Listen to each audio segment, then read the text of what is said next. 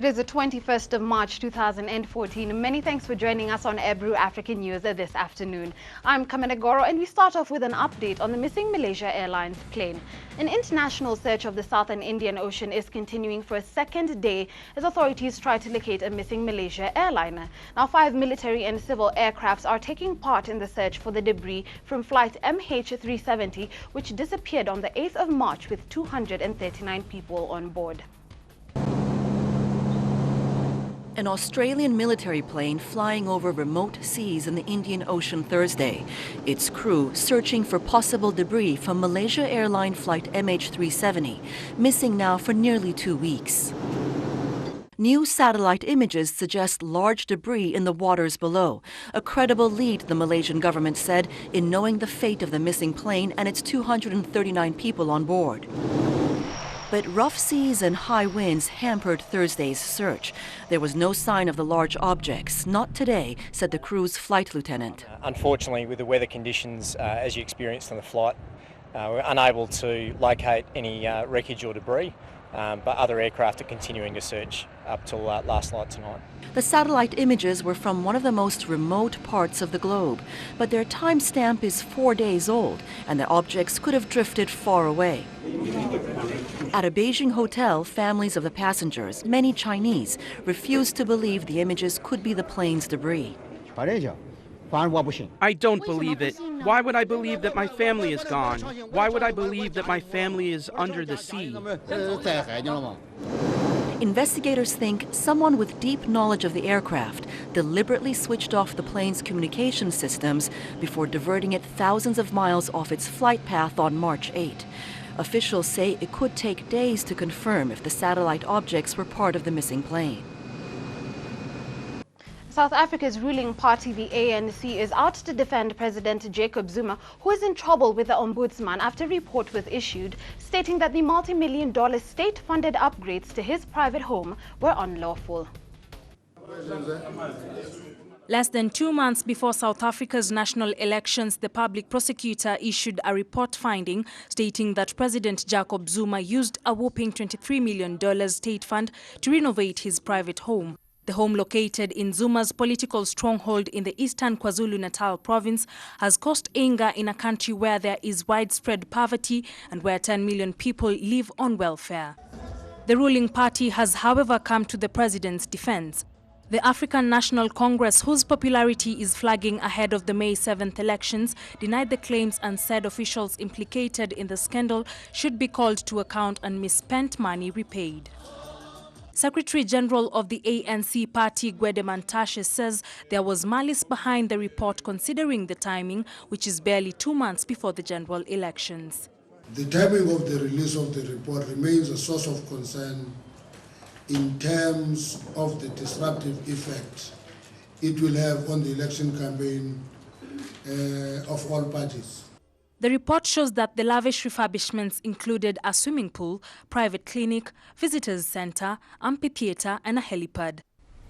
According to the report, the expenditure incurred by the state went beyond what was reasonably required for the president's security and was unconsciously excessive and caused a misappropriation of funds.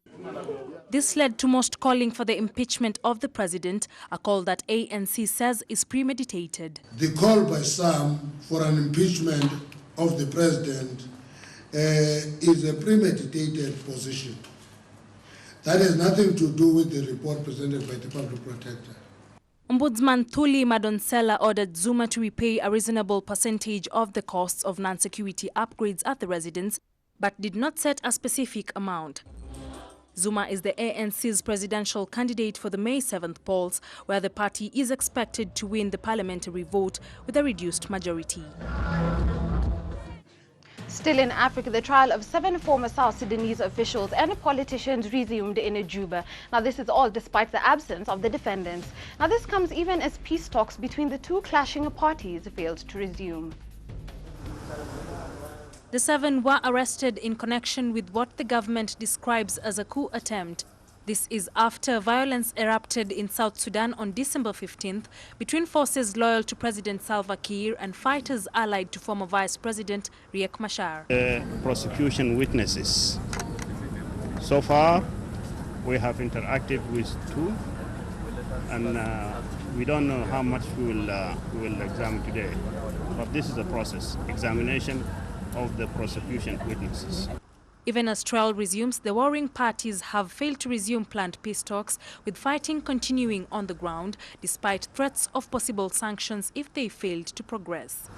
The tug of war continues even as the United States and the European Union threatened sanctions for both sides on Wednesday if they failed to progress with peace talks and stick to the ceasefire deal.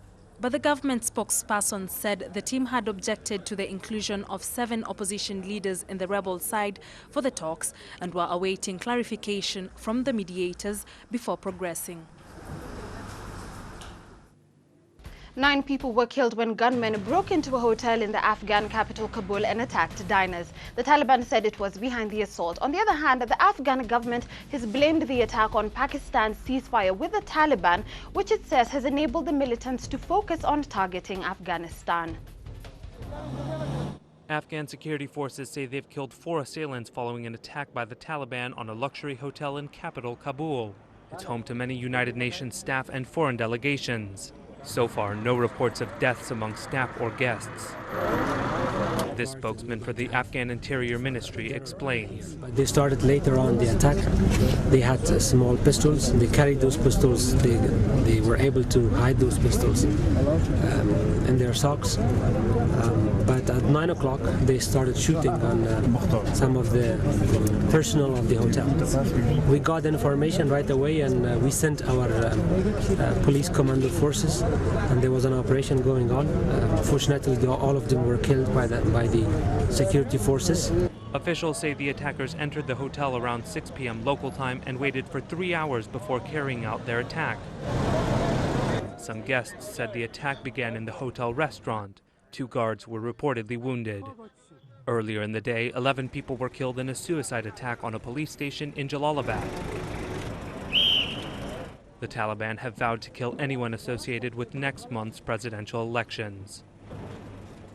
The Donbas region is Ukraine's industrial heartland, but since the collapse of the Soviet Union, the coal mining industry has fallen on harder times, and dangerous illegal mines have sprung up to replace closing state pits. Now, many miners are in favor of joining Russia, believing a return to the fold could help them earn a decent and honest living. Alexander risks his life working in an illegal coal mine in Ukraine's industrial heartland in the country's east. He says most miners here are desperate for a Crimea-style referendum so the area can join Russia, which he thinks would give him a better chance of a decent living. Many miners here in the Donbas region look back fondly on Soviet times, when miners were lauded as labor heroes. Why join with Russia? Let me explain. It's about where we come from. We cannot forget our fathers and grandparents.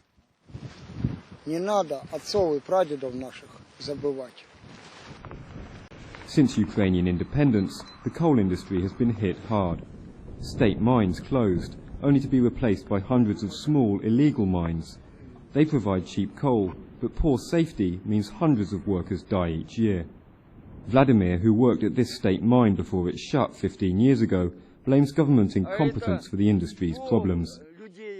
He's still in favour of a united Ukraine, but thinks the people here should decide. There must be a referendum, but we don't need to be forced into it or threatened with guns. Everyone has an opinion, but these opinions are different. But that's normal. That's how democracy works.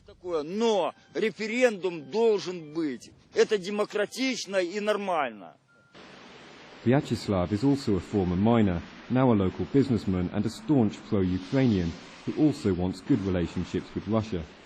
Russian President Vladimir Putin insists he has no desire to further divide Ukraine, but Vyacheslav fears this area could become the next Crimea.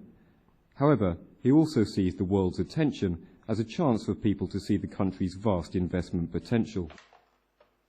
Putin made a huge PR coup for our country, and we should use this opportunity. Alexander doesn't want war, just a referendum, and a chance to climb out of the hole that he fears this part of the country has fallen into. Whatever happens, the workers here believe the area needs change. As recently as the 1970s, Baghdad was lauded as a model city in the Arab world. But now, after decades of seemingly endless conflict, it is the world's worst city. As recently as the 1970s, Baghdad was considered a model city in the Arab world. It was home to some of the region's best universities and museums. But today, after decades of conflict, it's ranked as one of the world's worst places to live. Based on factors including political stability, crime, and pollution, the Iraqi capital now comes behind Bangui and Port-au-Prince in a quality of life survey by the Mercer Consulting Group. This news hurts all Iraqis because Baghdad is the city of civilization and history where students used to come and learn. Residents of Baghdad today contend with daily violence. In February alone, 31 car bombs struck the capital.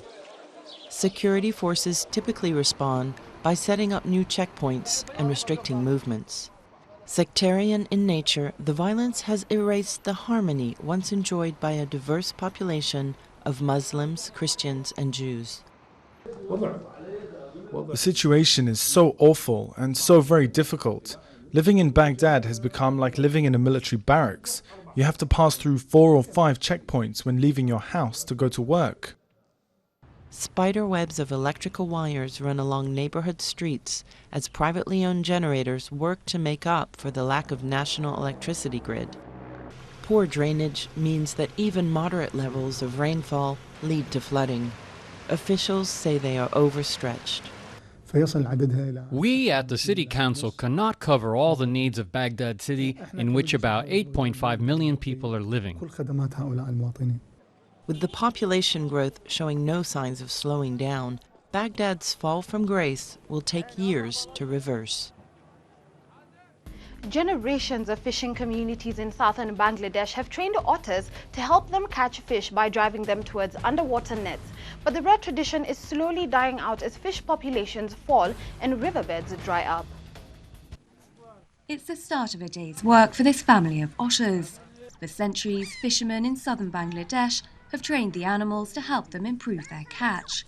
Among these otters are 2 fully trained adults and 3 young apprentices. Fishing is the only source of income for this community, and the otters' help is vital. We use them because they catch more fish than we can alone, and so we make more money. Fishing this way, it's much easier to earn a living and cover our expenses. The otters do not catch the fish themselves.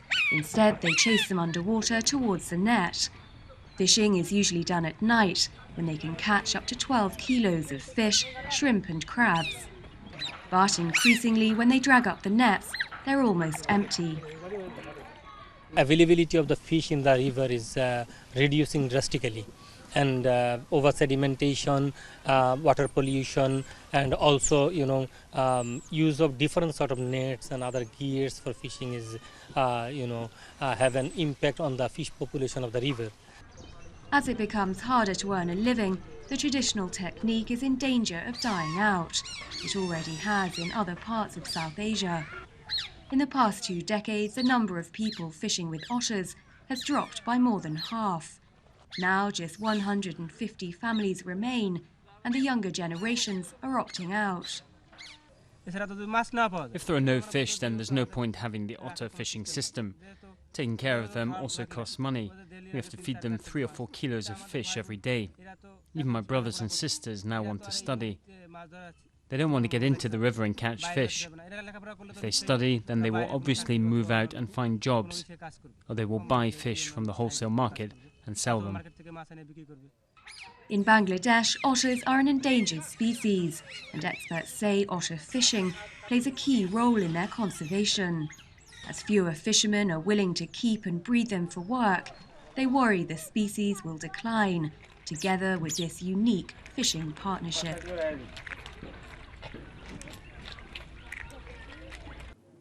South African retailer ShopRite opened its first outlet in northern Nigeria as part of an aggressive expansion drive, defying wider concerns about security in the region. The store is located in Kano, the North's largest city and main commercial hub, and is situated in the new $110 million Ado Bayero Mall that has taken 3 years to construct and claims to be Nigeria's biggest. The new store brings the number of ShopRite stores in Nigeria to 8 and are said to have 4 more on the pipeline. They are slated to open before the end of the year. Hundreds of upper and middle-class Nigerians thronged the mall as it opened its doors. Heavy security was present as private security guards searched vehicles for weapons and explosives, and armed police kept watch on shoppers. Kano's huge population was also part of what prompted the opening of the store there. That story wraps up our afternoon bulletin for you. Join me at 9 p.m. for a more comprehensive look at what's transpiring in our world today. Many thanks for your absolutely scintillating company, and a special thanks to our new viewers all over the Nairobi region. I'm Kamene Goro, and until 9 p.m. do have yourself a lovely afternoon.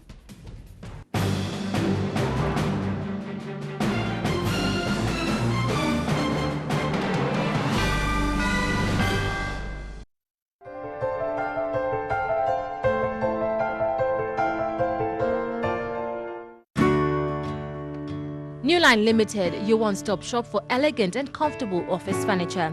Newline responds to your expectations for office furniture in a modern language. We offer a 5-year warranty period, including unit transfers within Nairobi. For more information, visit our showroom at Chester House, Lotus Street, Nairobi. Newline Limited, your success partner.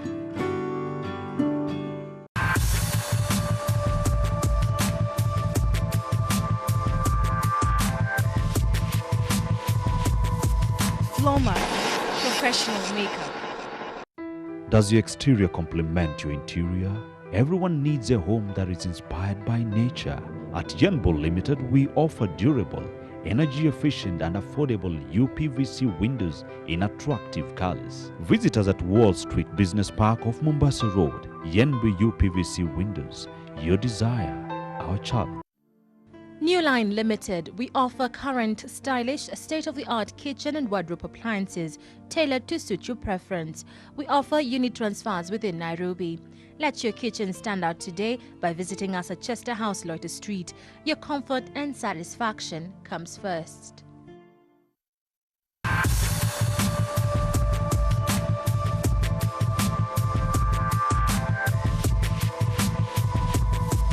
Floma, professional makeup.